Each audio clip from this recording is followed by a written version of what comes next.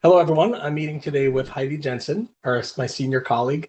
Heidi's got many years of NetSuite consulting experience, accounting experience, and I'm going to talk with Heidi today about revenue recognition in NetSuite, and specifically NetSuite's Advanced Revenue Management module, otherwise known as ARM. Okay, so Heidi, what's your background with RevRec, specifically ARM? When did you first come across it? How did you learn about it? Just give us some background about that. Sure, thanks. I started working with Advanced Revenue Management in 2017. Clients at that time were in the software as a service or subscription related industry. And it was also the time that ASC 606 was becoming a requirement for public entities that had to start reporting under 606. And so that's when I started learning about it. And then over time, just little by little helped with some implementations, with some data migration, and really just a lot of hands-on experience is how I got to know it. Yep, and you're kind of our in-house go-to person for all things ARM. Are you kind of seeing like more and more customers subject to these rules? You mentioned ASC 606. Of course, that's the formal accounting standards in the US for revenue recognition. Are you seeing more customers asking about that? How has that kind of evolved in the marketplace from what you've seen? Yeah, I've seen, now being almost 10 years later from when I first was introduced, it's quieted down a lot. There was a lot of movement in the 2017, 18, 19, even into Mhm. 2020 timeframe. And nowadays, if you think about it, almost everything is a subscription. It's really a model that a lot of organizations are going to, and it is a tool that fits really well in that market. So there's that, and as well as NetSuite pulled away the old school revenue recognition tool that it had, and it left some of Mhm. our more traditional customers that sell something it recognizes over time. They took that away. So several of our clients have had to lean into ARM due to Mhm. billing and revenue not being the same timing. Yeah, Yeah. so I guess it's kind of like a combination between um, just the nature of ASC 606 becoming live. So in that right initially, obviously, everyone who had to comply with that had kind of that pressure to have a system to solve their problems. And then in tandem, there's also the changes in NetSuite itself and the platform, where you had the more simple version of revenue recognition, and then they introduced their advanced module, sunsetted the old version, and so you had clients that were on the platform that already had a solution essentially, but they needed to, like you said, lean into ARM and get that set up. That's Yeah, I like what you correct. said about subscription billing, right? Because I think of subscription billing as almost the other side of things when you think about debits and credits, right? So ARM is about the revenue side. That's like the credit side of a typical sale kind of transaction. And then you've got the AR side of things, which is the subscription. They're almost like they're like sister concepts, right? So you've got subscription billing is about, you know, recognizing AR over time in a certain kind of pattern, and revenue recognition is the flip side of that, where the revenue gets recognized over time in some way. And those concepts are related, right? Because companies that do have a subscription model, often their revenue needs don't quite line up with their billing patterns. And it Exactly. creates some complexity because it's not just straightforward. Okay, I sent one invoice and I've collected the money, and now I just got to recognize revenue straight line over time. No, it's a little different. It's like you're recognizing the AR in certain patterns, and then you've also got to recognize revenue in maybe a different kind of pattern. And somehow those two have to line up at some level because of things like unbilled receivables, deferred revenue, all those things, right? Is that kind of That's a great way to describe that. Yes. Can you give us just kind of a 30,000-foot description of ARM? Yes. I would say that this is probably understanding the records themselves and just getting a foundation of what the records are is the first step. And it's probably the most complex. They all have revenue in the title, but what do they mean? Mm, So effectively, if you think about a sale transaction, that could be a subscription, it could be mhm, even a project, it could be a sales order, an mhm. invoice. It does not have to be GL impacting. That Okay. sale transaction has items typically. So think of a sales order, for example. Yep. You have one or two or three items. That sales order, that sale transaction, when NetSuite behind the scenes triggers the creation of a revenue arrangement, the Hmm. revenue arrangement is effectively a copy of the transaction with the Hmm. same item. So that's a revenue arrangement. It's a staging record. It kind of takes the customer, the subsidiary, the currency, the sales price, and says, Yep. this is how much revenue you need to recognize.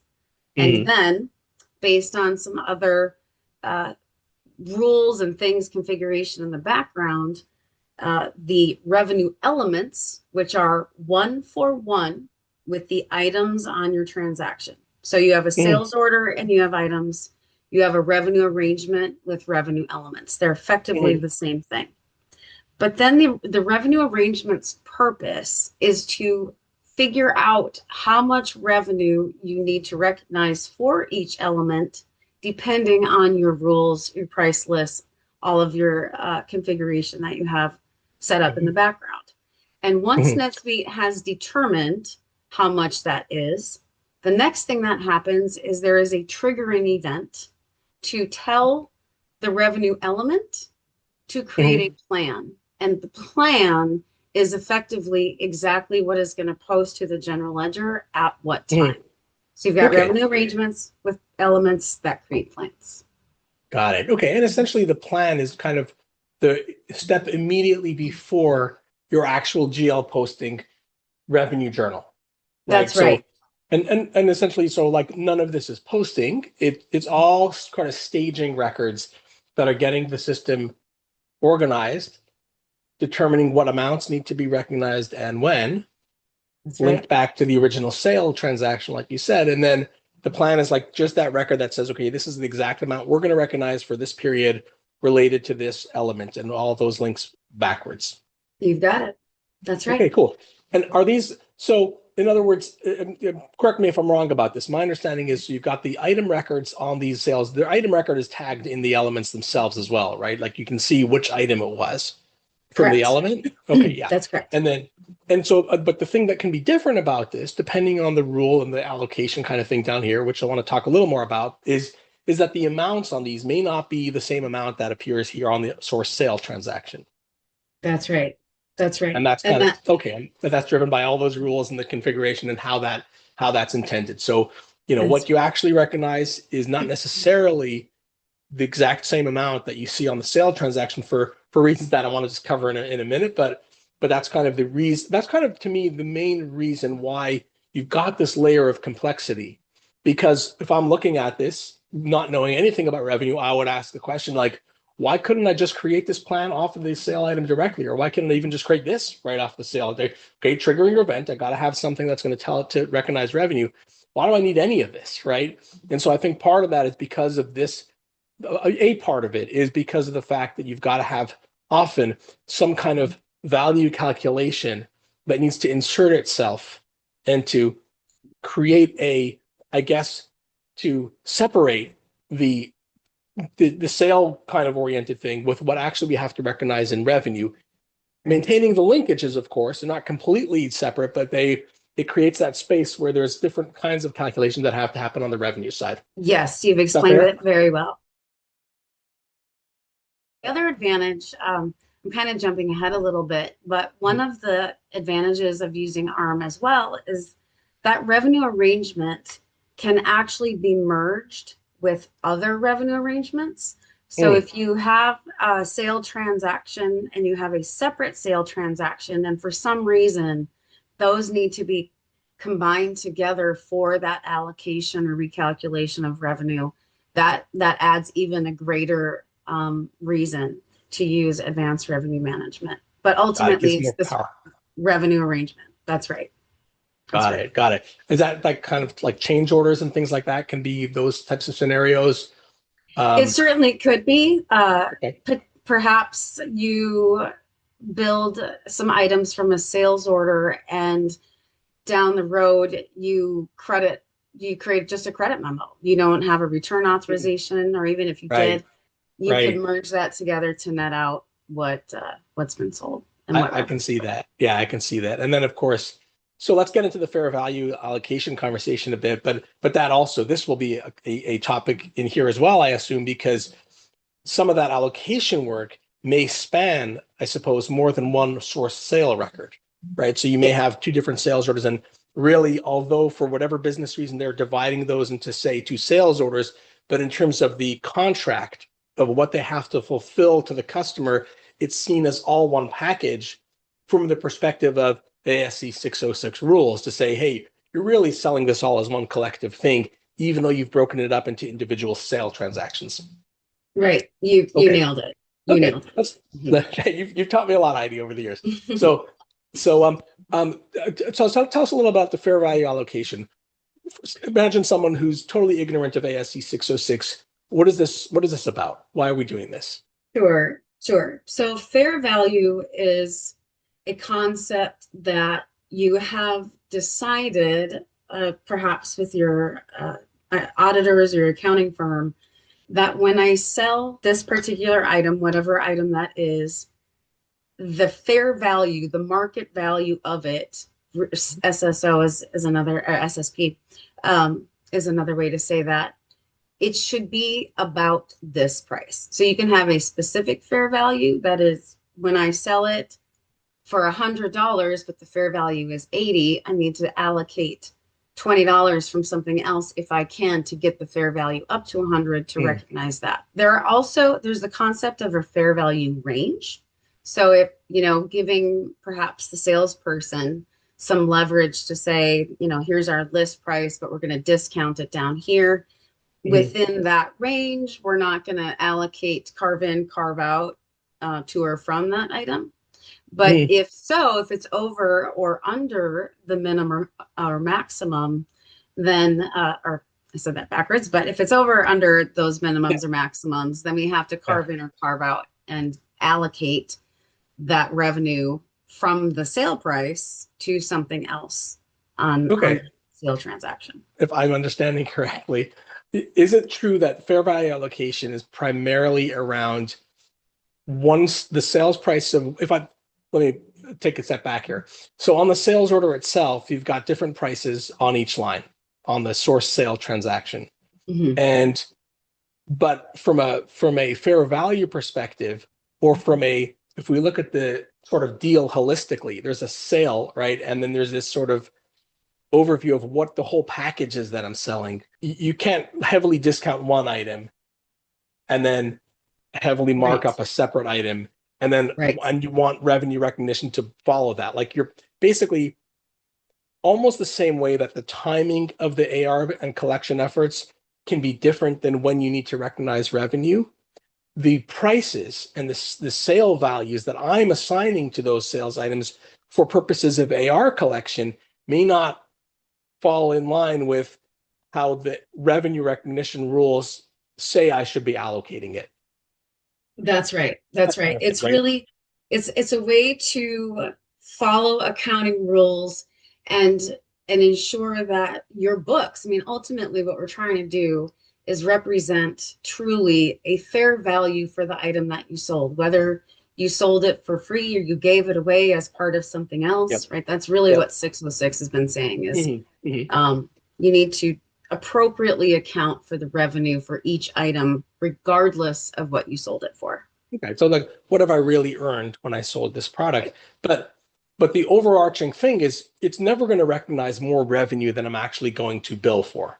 Correct. Right? There's like That's that. correct. So in other words, it's all about that's why it's called allocation, right? It's allocating the values within the overarching kind of limitation of what did I actually sell this whole package for? What was my total sale value if I just look at the header of the sale transaction, right? What's that entire value? And then it's saying the relative revenue amounts that I'm going to assign to each item that I sell is going to be based on percentages that we have to look at fair values to determine, right? So if I look at, Yep. well, the fair value of the magazine subscription that I get is maybe much more than I give it away for free when you buy the product. But the fair value of that, if you'd be buying it just in the market, would be much more than what I decided it is in my sales pricing.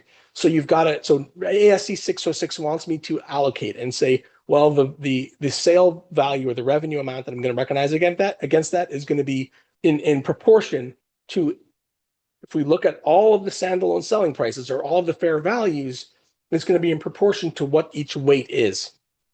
Yes. Okay. And honestly, to take it even a step further without getting too much in the weeds, you can even group like items together. So that's using a concept called a revenue allocation group. So if you did give, let's go with 3 items on your transaction, and you've identified that 2 of them are of the same similar concept. They're both training, for example, and one is, the other item is a subscription. If you don't charge for one of the trainings and you do for the other, those can be grouped together for your revenue calculation, to be part of that fair value range, to determine if we need to carve anything in or out of that item, or that group of items. Yep. Okay. Wow. So and this, to me, this is where the real power of ARM lies. Yeah. It can do all of these calculations that are multi-tiered and complex, right? We talked before about combining more than one sale transaction together. And part of that can be for purposes, as I said before, to allocate across more than one sale record. Yep. It also, like you just said now, that grouping is an important concept where within one sales order, you can also say these 2 kind of belong together for allocation purposes, and this is its own thing. And then the other thing that you mentioned before was this range. That's a new concept for me, of saying that, yes, we need to allocate across items, but only when it is above or below the thresholds that I define in the ARM setup, to say, for this item, there's that range, because like ASU 606, I guess, is going to kind of accept a certain amount of discounting within whatever those parameters are of those limits. Within that, you're okay. But once you exceed that, okay, now we got something we got to allocate, right? And like redistribute. That's exactly right. And it continuously does that every time there's a change to your sale transaction. Quantities, prices, dates, even date ranges, if your items are being recognized over time. It's very powerful. Yeah. So there's like controller records, right? They're just, where are we now? And if anything changes, it kind of can see that, and then it updates these elements, I guess, and then that allows, whenever you're ready to recognize the revenue, that it'll be up to date. It's kind of self-healing based on what's happened over on the sales side. That's right. That's right. So it's a complex system. It's a great system. Yes. And it's really well suited for these very complex scenarios, especially in that fair value. And that's why I wanted to spend some time kind of drilling down on that. We hope you found these insights helpful. If you're ready to get more out of your NetSuite investment and unlock untapped potential in your business, start your journey with Prolecto. Contact us today.